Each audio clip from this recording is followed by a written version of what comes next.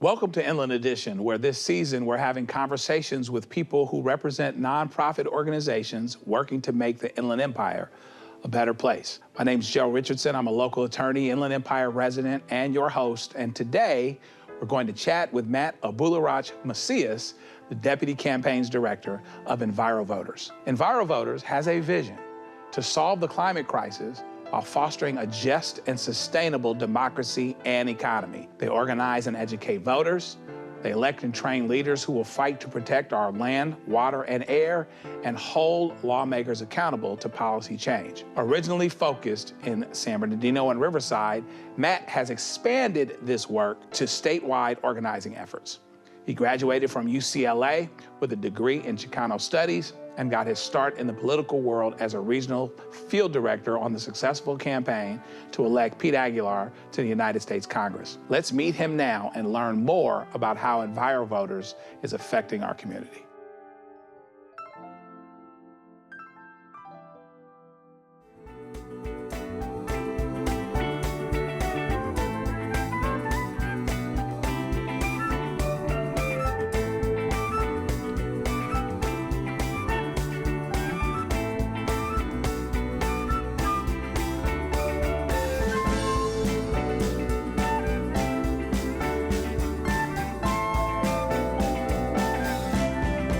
So, I'm glad to welcome Matt Abularach Macias from EnviroVoters. How you doing? I'm good. How are you? Thank you so much for being here, here on Inland Edition.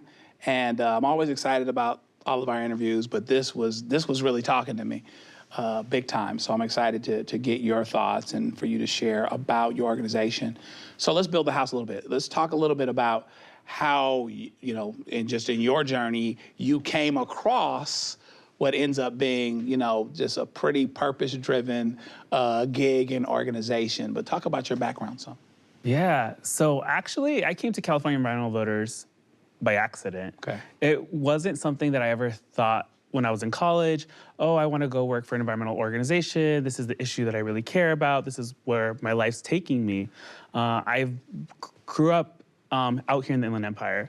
And then I went to UCLA, and after graduating from UCLA, I didn't know where I was going. I just knew that I wanted to do something to fight racial justice, to fight for economic justice, fight for other social justice issues. I'm part of the LGBTQ plus community, so that's also very important to me. And I knew that the Inland Empire as a region was changing. It was about 2013, 2014. There's a lot of change happening demographically, politically, and I knew that I wanted to be part of that change. I wanted to give back to my community and really take the Inland Empire into a future that I could be proud of. Sure. Growing up, I could say honestly, I wasn't proud of being from the IE. I was actually kind of embarrassed or ashamed to say, oh, I'm from the IE. And then after graduating, realized, well, then it's my responsibility to do something about it. And so after graduating, I worked on Congressman Pete Aguilar's campaign. That's right, I love Pete. And politically, I knew I was politically inclined, was very interested in politics. And after the campaign, Pete actually recommended this organization, which was then called the California League of Conservation Voters, to me because they supported him in his campaign. And they do environmental protection, but they also do politics. And so I got the job, and when I started working at California League of Conservation Voters, at first I wasn't sure if it was the right organization for me, but as I started working on issues of fighting for clean air, clean water, but then recognizing the systems of oppression that have created racial injustice, that have created economic injustice, that have created social injustice, were part of a infrastructure that was also exacerbating and creating the climate crisis. And I recognize the climate crisis is an issue that is the biggest issue of our time. Our generation has to figure this out. If not, there is no future for Californians. There's no future for the Inland Empire. And so for me, I realized, oh, you know, the same people that I'm fighting on these other issues are the same people that are fighting against or who've created this climate crisis. And so if I really want to fight for racial justice and economic justice, the best pathway to do so is to fight for climate justice. And so when I really recognized that and was doing organizing on the ground and in the community, I started to recognize that, oh, I am an environmentalist, that what I'm fighting for is not, you know, to hug a tree or to protect this like desert tortoise, which is important, right? We're all part of an ecosystem. Right. But what I'm really fighting is for people and for humanity. And so that's how I've found my way to be at California Environmental Voters. I've been here going on 9 years, and I'm just really proud of the work that we're doing to ensure that California has a climate just future, that people are gonna have clean air, they're gonna have clean water, and a healthy environment to live in. How long have you been around? The organization is actually 50 years old. So first founded in 1973. No idea. Yeah, you know, I before 2014, I wouldn't have told you the organization existed either, right? And for a long time, it was, you know, the best kept secret in California for the environmental movement. California is known as an environmental state, you know, we're known as, you know, a state that's looking to further environmental protection, go further than even what national standards are for clean air, et cetera. And I still don't know, like, well, how does that happen? Well, it takes political courage, political will, and political organizing to make that possible. Things don't happen by accident, and California Environmental Voters has always been that organization working to elect people to our state legislature, to Congress, who are going to prioritize the environment, who are going to pass good environmental protection and climate justice legislation. So tell me about where we are in the discussion. By that I mean, you know, for a long time, you know, as I'm growing up in the 80s or whatever else, not to date myself, because hopefully I look younger than I, you know, but for a long time, there's this big discussion about whether or not we got a climate problem at all. Do you still find that that is a battle for some people? It's one thing to say, this is the way we need to deal with the true environmental issues that there are, but are you still coming across, or in your experience, is part of what you do actually still educating climate deniers? Actually, in California, I don't think that's the battle we're fighting anymore. That's good. We don't have climate deniers. What we have are climate delayers. Right. People who know the climate change, climate crisis is a problem, right, but they don't want to let go of fossil fuels. Right, sure. And so they're doing what they can politically to cling on to, you know, oil, to cling on to fossil gas, to make sure, which is methane, right? To make sure that those corporations, those corporate polluters, still are protecting their profit margins rather than protecting people and our environment. And so in California, the battle isn't to say, oh, is this real or not? But it's to say, what's the pathway to get to a climate resilient, climate just future? And the delayers are trying to slow down any progress California is making. Mm-hmm. And so a lot of our work is to stop a lot of those elected officials who receive funding from, you know, big oil, who receive funding from fossil gas because they want to protect them rather than protect people, and build the political will within Sacramento and DC. We do some work there as well to pass good climate legislation. So it was interesting looking at you guys' mission. And I'm going to read a little bit of it. I want you to kind of jump into it and tell me about the legs of the monster. You know what I mean, as it were. You know, of course. Vision, fighting to solve the climate crisis and advance justice. Vision is to solve the climate crisis, build resilient, healthy, thriving communities, and create a democracy and an economy. So you're not just talking about an environment, right, but a democracy and an economy that's just and sustainable for all. Tell me about the pillars. The legs of this. It sounds like you got a lot going on, and there are a lot of ways that you do it. We do. If I was going to summarize it, this is the best way I would explain it to you. We know the solutions to the climate crisis. We know what we have to do, and we have the technology and resources to be able to do it. California itself is a huge economy. There's more than enough here to figure it out, and we have the leadership who cares. And what we know is we have the voters who care. If you ask voters in a poll how much they care about the environment, how much they care about solving the climate crisis, how much they want leaders to focus on this, we get really high results, like in the 70s. 70% of Californians care about this in a very important way. But what we lack is the political will. And so our job is to build the political will to solve the climate crisis. And we do so by working in elections. We elect climate justice leaders to the state legislature, to Congress, also to local office. We also then hold them accountable to passing bold climate solutions. For example, we have a team in Sacramento that's working with our state legislature to ensure that the bills that are gonna help advance climate justice are moving forward. And then we also have teams across the state who are working in communities to build partnerships and help local leaders understand what it's gonna take to move us into a climate resilient future. I have a confession to make. Yes. I run a law practice most of the time. It's actually racial and economic justice. And my paralegal, who's smarter than I am, and she'll say, Joe, we've got, X or Y or Z, that we have to do. And my first question is always, because I'm putting out fires, I've got 80 cases. Right. My first question is, how much time do I have? Now, that ignores the notion that really, ideally, I'd have been on this before. You know what I mean? And everything's important, and sometimes you can't avoid putting out fires. But as it pertains to environmental issues, even though we should have been doing all this yesterday, Right. how much time do we have? That's a really tough question to answer, because the honest answer is the answer I don't want to share, Right. which is we're out of time. Right, yeah. If you look at the IPCC report, that is the global kind of report that shares like where we're at with climate change, what global temperatures rising is, and there's no more stopping climate change. It's here. Right. What we can do though, and the reason why I'm still in this work and what I fight for is we can prevent the worst from happening. We know that global temperatures have exceeded the 1.5 degrees Celsius, that's the global standard that we're fighting to stay under in this last year for the first time. Wow. It's not consistent, but we're already hitting that mark. And if we want to stop the worst climate catastrophes from happening or continuing to happen, like extreme wildfires, like the flooding that we've been seeing, the unpredictable weather patterns, stronger than ever hurricanes that are just decimating communities, which are all impacts of climate change, then we need to act and act now. And we need our leaders to take it serious and as urgent as it is.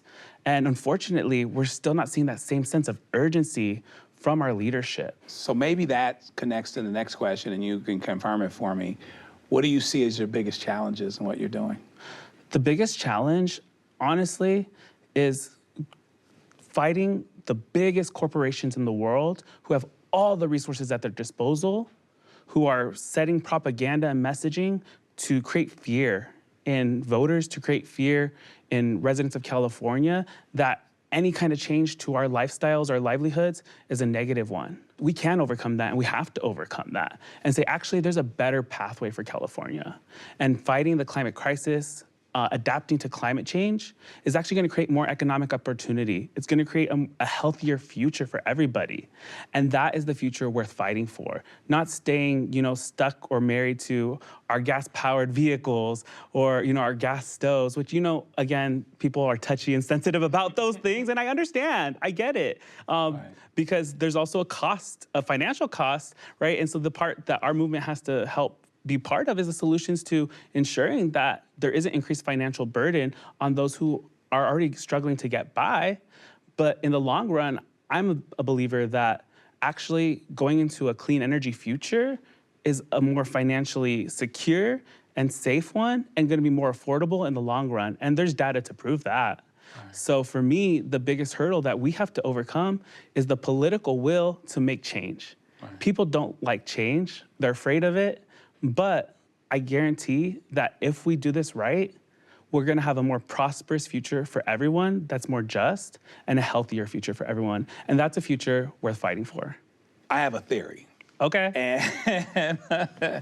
And sometimes I get in trouble with my theories, but I feel pretty safe about this one, and you can help me verify this. I've always believed that any negative trend, whatever it might be, to the general, to the specific, disproportionately affects those that are already behind.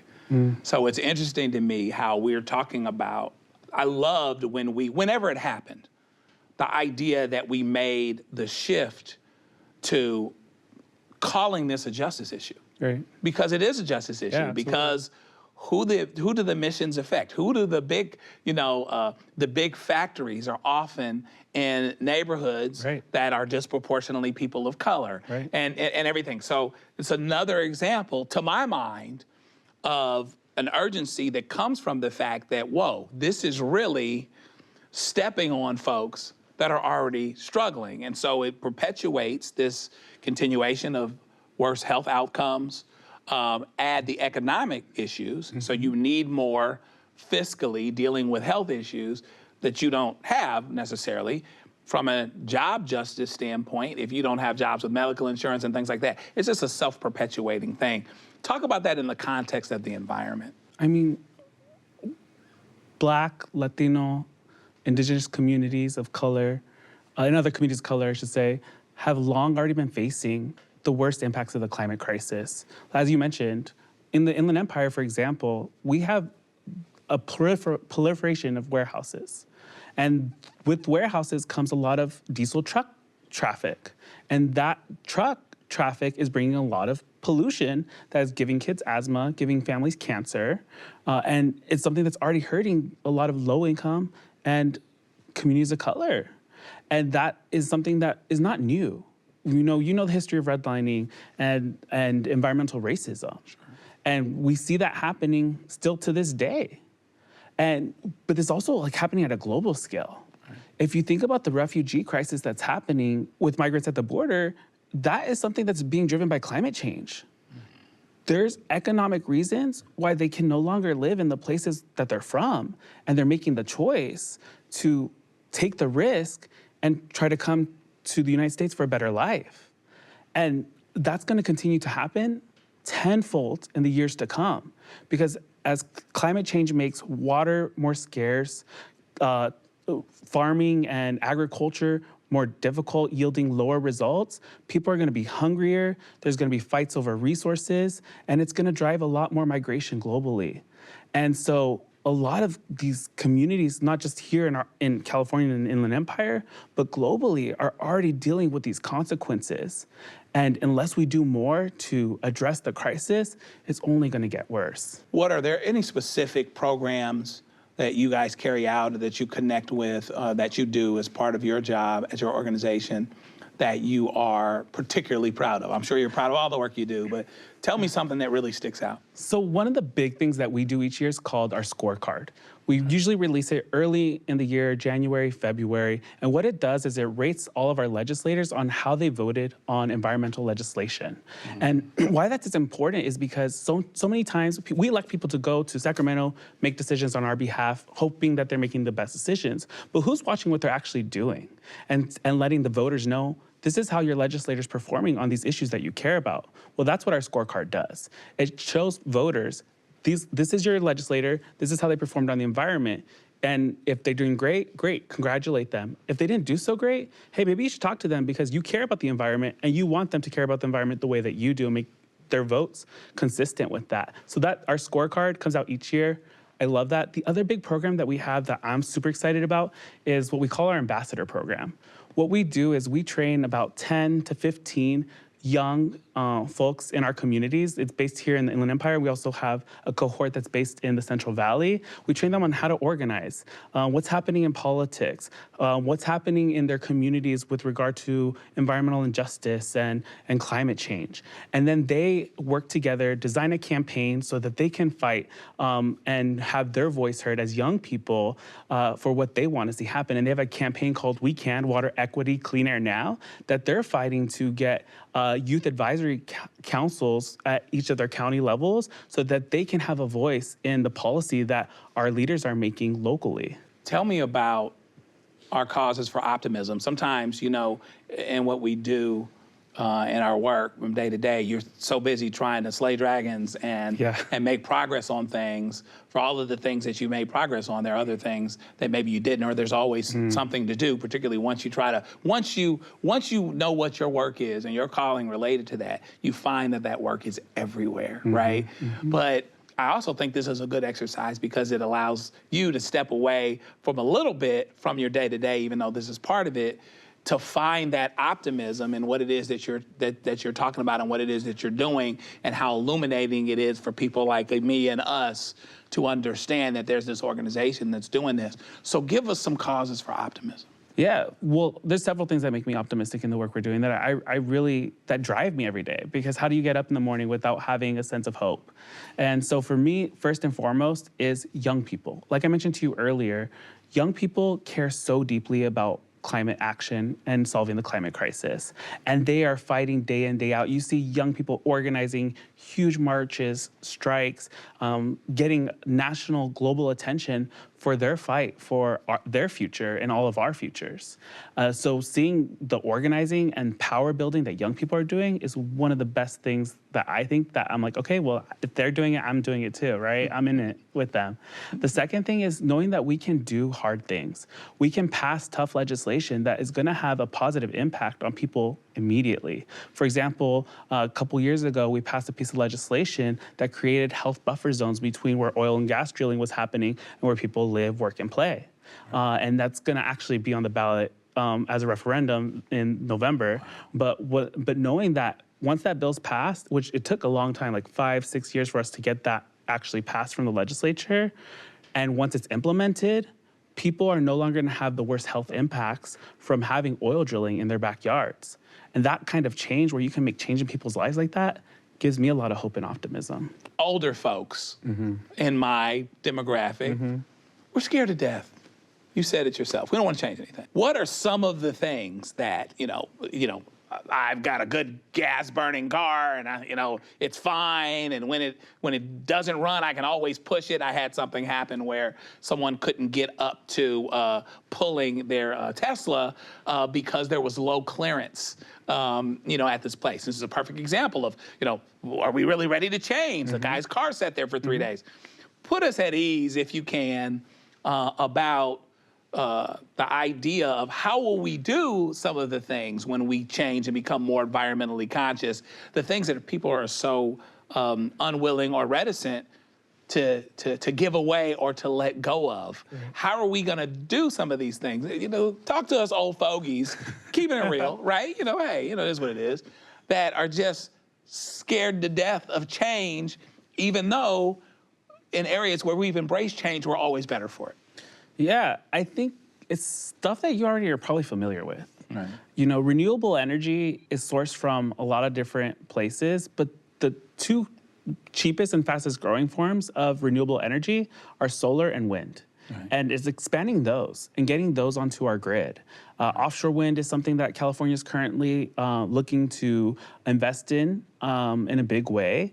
And then also there's gonna be some geothermal, some other mix of solutions, battery storage, but things that a lot of the big companies and energy providers, they're already thinking about. They have plans for how to get there. Right. The individual change, some of the, your individual cars and all of that, that is gonna also get some support. There's gonna be some more subsidies for people to convert to electric vehicles if they want. But even then, there's more that we have to do to make public transportation and transit more of an option. Make our cities more walkable, make them more bikeable, get people out of cars, because cars can't be the only solution either. Right. I recognize that, living in an empire, a lot of people have to and need it because the public transit here is not good enough to just get around yet. But I say yet. We'll get there. We need to get the infrastructure changes so that it's easy for people. It's not oftentimes we think, we have unlimited choices. No, actually, there is a limitation of choices that we have. It's getting that limitation of choices, the clean energy choices. Right, and interestingly, when you come to cars and biking, and I was on Planning Commission in Redlands, and we passed a lot of things that hopefully would go along with making us more walkable and seeing it that way. This change that we're asking for actually is something that's good for your health. Absolutely. There's so many other benefits, right? To get out of your vehicle to transition to clean energy, there's so many other benefits, mainly health benefits, that I think are so important for our communities. How does somebody that's watching this, that's like, oh my God, like the light came on, the sun came out and the music went up an octave in the background. Somehow, maybe somebody's been saying it forever, but they got it from you. how do they follow up and get more information and get involved? The best way to stay engaged in what California Environmental Voters is doing is to follow us on our social media, our social channels. Sign up, go to envirovoters.org, sign up and be a member. You can sign up on our email list. We send regular communication to update our members on what's happening in California politics, what's happening on environmental policy, what's happening locally. We also put out a lot of content that's educational on our social channels through Instagram, Twitter, X, whatever it is now. Yeah, but we're not all of them, LinkedIn, but you can follow us there and keep up with what we're doing, and also as a resource, get educated and learn what's actually happening in environmental politics in California. Matt Abularach Macias, thank you so much for coming on. Thank you for what you do. And thanks for being with us on Inland Edition. Thank you. I really appreciate this platform. It's so important to share the work that we're doing, and I really appreciate how inquisitive and curious you've been to really share with the public this important issue. Yeah. Well, you are more than welcome. Thank you again. And we thank you guys for joining us. We have a wonderful opportunity here in the Inland Empire to talk about great organizations that are helping us change for the better. This is another one of those shows and another one of those opportunities. So you can check out this show and other shows on YouTube. Meanwhile, make sure that you catch us the next time as we continue to show great organizations making great change here in our Inland Empire area, and we'll do it one conversation at a time. Until next time, Joe Richardson here for Inland Edition. Thanks for coming.